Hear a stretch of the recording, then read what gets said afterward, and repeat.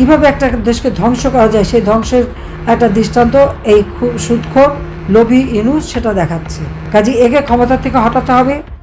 বাংলাদেশে ক্ষমতার পট পরিবর্তনের পর থেকেই দেশের বিভিন্ন ইস্যু নিয়ে অনলাইনে নানা বক্তব্য দিয়ে আসছেন ক্ষমতাচ্যুত সাবেক প্রধানমন্ত্রী শেখ হাসিনা। এছাড়া বাংলাদেশের অন্তর্বর্তীকালীন সরকারের প্রধান উপদেষ্টা ডক্টর মোহাম্মদ ইউনূসের সমালোচনা করে বিভিন্ন স্থানে বিবৃতি ও ভিডিও বার্তা দেন তিনি। যদিও ভারত সরকারের পক্ষ থেকে জানানো হয়েছিল অন্তর্বর্তী সরকারের বিরুদ্ধে হাসিনার এসব বক্তব্যে সমর্থন নেই দেশটির।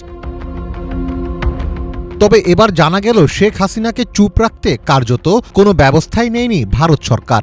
সম্প্রতি কাতার ভিত্তিক সংবাদ মাধ্যম আল জাজিরার সঙ্গে এক দীর্ঘ সাক্ষাৎকার দিয়েছেন প্রধান উপদেষ্টা ডক্টর মোহাম্মদ ইউনূস।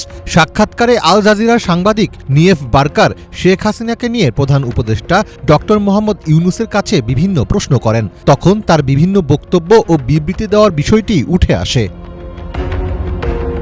আল জাজিরার সাংবাদিক বলেন, শেখ হাসিনা দাবি করেন তিনি এখনও বাংলাদেশের প্রধানমন্ত্রী। তিনি ভারত থেকে এসব বিবৃতি দিচ্ছেন। অন্তর্বর্তী সরকার ভারতে তার অবস্থানকে কিভাবে দেখে?